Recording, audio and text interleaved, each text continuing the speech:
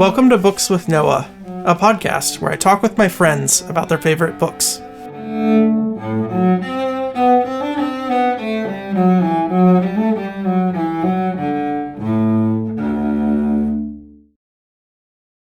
Today on Books with Noah, I am joined by Chris. This is Chris's second time on Books with Noah, and today we are talking about Cixin Liu's book, The Three-Body Problem, although we'll actually be really talking about the trilogy because there are 3 books, and The Three-Body Problem is the first of 3. So welcome back, Chris.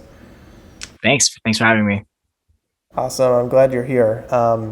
I read Three-Body Problem because you had recommended it to me and also had several other friends on Facebook, and I was really surprised. I mean, it's one of those, you pick it up, and I believe the intro recommendation is actually written by Barack Obama on why to read it, which is not what you'd expect, right? For a Chinese novel that is obviously translated into English, but that's a sci-fi book, right? Yep, for sure. It's definitely gotten really, it's definitely made it, I think, gotten a little bit famous, after picking up a Hugo Award. I think it's the first Chinese sci-fi to ever do that as well. Yeah, so what is a Hugo Award? Okay, my understanding is it's like a very big, it's like a sci-fi book award. It's like the Oscars for science fiction books. Yeah, and I think you definitely earned it. So this was the first Chinese novel that I've ever read, and I was really blown away. I don't know if all Chinese works are this way, but the author definitely has a way with words that even translated in English is very poetic and beautiful. I don't know if you agreed or if you had any situations in the book that kind of stood out to you, right? Yeah, I think the author definitely, I think by virtue of his background, has just different ideas that, are just new and fresh, right? Like, one of the reasons I really like Three-Body Problem and, just the trilogy overall is just that some of the ideas are just so refreshing. And yeah, in terms of like the poeticness, like I'm thinking about just, him talking about like Eastern painting, for instance, and the space between, the actual painting itself being very important. And just tying that in, I think he made some metaphor to some phenomenon in physics probably at the time. But yeah, there's a lot of that for sure. Exactly. There are lots of metaphors, and there's quite a few allegories. In the third book, there's that one that's like 2 or 3 chapters long about the paper boat story? and the soap. Yeah, with the story. Oh my gosh, that is my favorite part. It was mind-blowing. Right? I know. It is so good. Yeah, that part is amazing. I don't want to spoil the meaning of the story for potential readers, but at some point, the necessity comes up to encode very like fundamental lessons into like a nursery kind of story, and then it made me think like, how would you actually do that? And then they did it, and then like it turns out it's really hard to extract the information out. You have to like argue over the meanings of things, right? And so it's just such a very interesting segment to like think about. Right. It's reminiscent of like a Talmudic scholar. But yeah, so Three-Body Problem, why don't you explain what the Three-Body Problem is in physics, and we can get to how the novel came with that name. For sure. So the novel, I mean, this I would say just overall, like quickly, the novel is like classified as a hard sci-fi. So, Cixin Liu does not shy away from like actually talking in depth about the physics. So some readers find it a little bit intimidating. But he does explain some stuff here and there. And so like when he talks about the three-body problem, he's referring to this problem in physics where if you have, just one, let's say you have like a ball in space and then you have 2 balls in space, you can completely predict what will happen to 1 or 2 balls, right? Because you can just write equations that will completely describe the orbits of these bodies. But if you have three balls in space and they're in unstable orbits, you cannot describe what will happen. Like you cannot produce an equation. Exactly. You can't write an equation that predicts cleanly what will happen. You can use computers to crunch out kind of like what will probably happen. But, over a long period of time, it's not super accurate, right? It loses accuracy. And so you just have this interesting situation. And if you're curious, you can go online and look at a simulation of a three body system, and they just do crazy things, right? Like two of them will orbit stably, and then like one of the balls will come in and just completely wreck the system, and it's completely, you know, chaotic and Chaotic. random. Yeah. Exactly. Do you want to talk about Trisolaris? Yeah. So I guess we can, yeah, talk about this. He's a nanotech scientist, right? Wang Miao, Mhm. I think his name, and he somehow comes across this virtual reality video game called Three Body in the book, right? And it's about this planet that has three suns, and the weather is just completely unpredictable based on, I guess, the number of suns that are out, right? So I think like, there's some times where the planet just freezes, right, when there's no Mhm. exposure, and then other times when there's two suns that come out and everybody gets vaporized instantly, and somehow that's worked into this game, right? Yep. But my favorite part is every time he starts to play the game, it's like a new instance, right? He doesn't know how long that kind of, what do they call it? The The errors, the kind of, stable errors. yeah, the stable era. He doesn't know how Mm. long it's going to last, and then he runs into the weirdest people, right? So one Mhm. time he plays it, he's sitting there with Newton and von Neumann, right?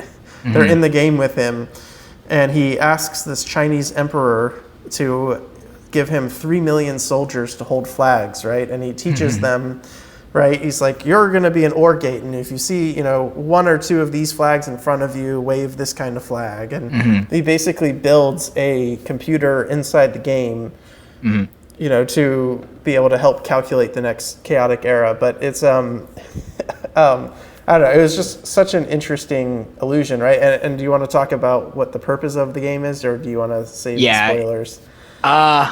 Yeah. I mean, suffice to say that I mean, it's set up kind of like a mystery novel.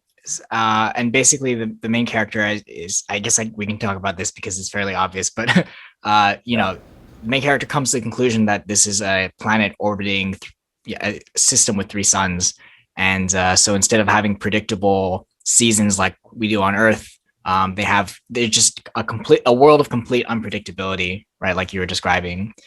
And the inhabitants of this planet are, I guess they're described as like beetle like, right, with like light that illuminates from their bodies, and because of that they're able to make computers out of their bodies basically. And this alien culture is being described in the game like this. um Right. and Yeah. it's kind of interesting to, I guess, ponder about what that means as well. Like we have taken for granted that technology has felt like a gradual increase over time, right? Like times have gotten better if you look at every graph of longevity and everything like that. But this is, when he describes the Trisolarans, right? The people who live in this three body system, they actually have a history that's very different, where there are good times and then there's periods of instability, and there's good times and instability. And I don't know to what extent this is true or just, like over and analyzing things, but just read if you read like Chinese history, right? Like even just the past 300, 400 years, it certainly feels a little bit like this, where there's periods of like prosperity and there's just like crazy periods of like bad stuff's happening. It's going downhill from here, right? I don't Right. know to what extent that influences that, but it is an interesting idea to think about. Yeah, it's true. And I think you pointed out to me his characters, right?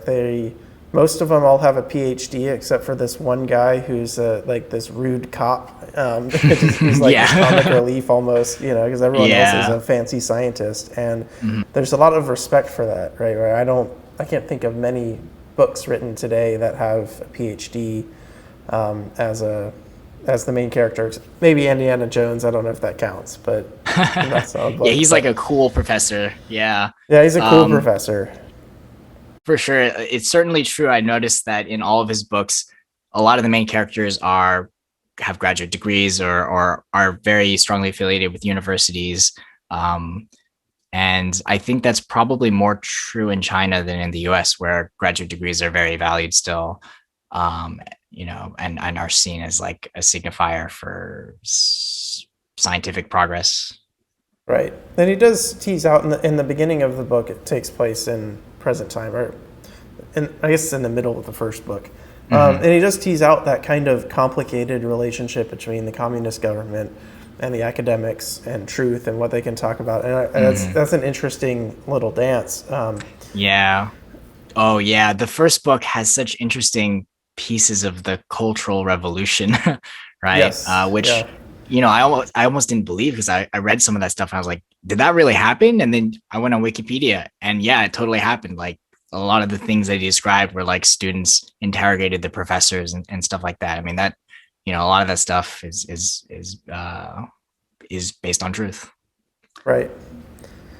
Well, we can move forward a tiny bit, and we'll give some spoilers. And one of which is there is another civilization out there in an actual solar system called Trisolaris, right? And they discover them, and it's a big deal. And there are these sophons that the Trisolarans send to Earth. And they find out about them because the guy's taking pictures, right? And the pictures keep getting, what do you call it? They have the timestamp on them, but these are old analog cameras. And he's like, how does that work? And it's indicative of how the author explains and shows you new technology that you've never heard of, right? So do you want to talk about the sophons? Oh, yes. Okay. The sophons are crazy. Okay. So first of all, like, how do you explain technology that we have to someone who's never encountered it, right? Like, just go back 300, 400 years. All of the stuff that we have today would seem insane, right? Like, if we describe like how GPS works or how airplanes work, all that stuff would be very crazy. And so this stuff is equally crazy to us, but I think we're in a similar situation. So the sophons, it turns out Trisolaris is very technologically advanced. They are at the manufacturing level of like atomic particle scale, right? And so what they end up doing is they end up like etching these very smart photons, right? And like going inside of a photon basically, and just like etching out an entire computer in there. And then in that way, they can actually control these subatomic particles, send them to Earth, right, at light speed. And so these photons are going around just messing with stuff, right, like completely, freaking people out, because they can bounce around in your eyeballs and cause you to see things.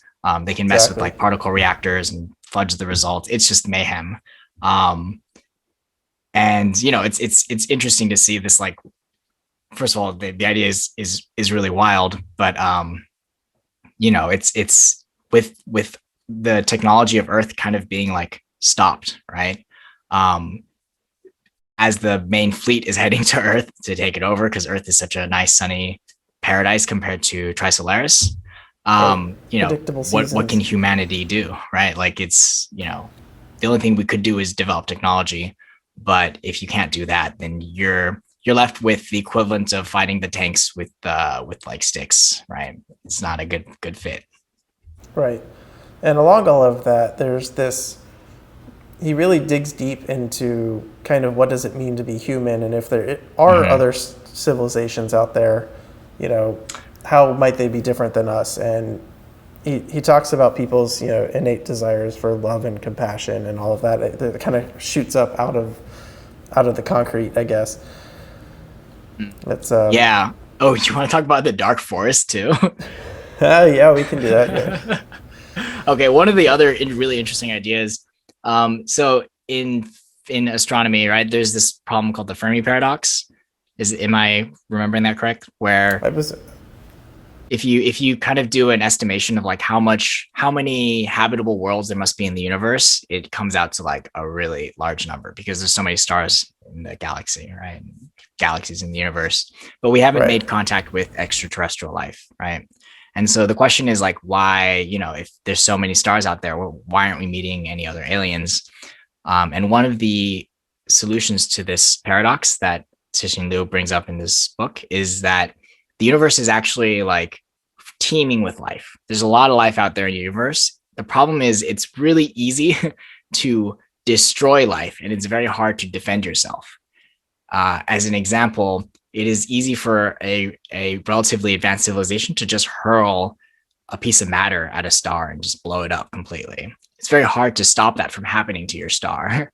And so Right. the way life works in the universe, as the author describes, is that it's like a dark forest where it's full of animals, but they don't want to be seen, right? You're just hiding so that you can survive. And the dumbest thing you could possibly do is broadcast, say, "Hey, we're out here, we're humanity," because someone will just come along and completely destroy your solar system, right? Right. And so that's kind of the universe that exists in these novels, and that's it leads to some interesting kind of thoughts and experiments after that. Yeah, it's just amazing how much he introduces and how much he plays with them. And I think most people who've read these books really agree that their brain was really stretched in a good way. Oh yeah, the story is so epic. I mean, I gotta say, like, the time period of the story lasts from like it goes from like 1940, right? Like 1940 Yeah. to like the heat death of the universe. That's and beyond a little bit, right? And beyond.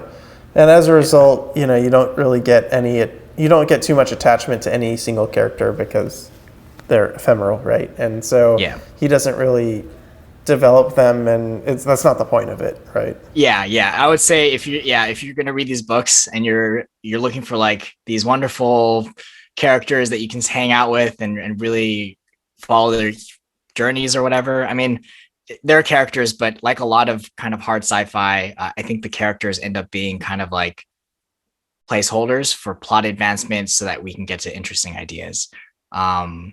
These books are great for their ideas. I think that Cixin Liu is a very brilliant person, and the ideas are awesome. But for sure, one of the things I hear is that the characters are not, they're not like the most fleshed out thing. Right. That's okay. For sure. Well, Chris, thank you for being part of Books with Noah. This has been fantastic. Yeah, this is great. Thanks for having me, Noah. Thanks for listening to Books with Noah. Please visit our website, bookswithnoah.com. You can also find us on YouTube by searching Books with Noah.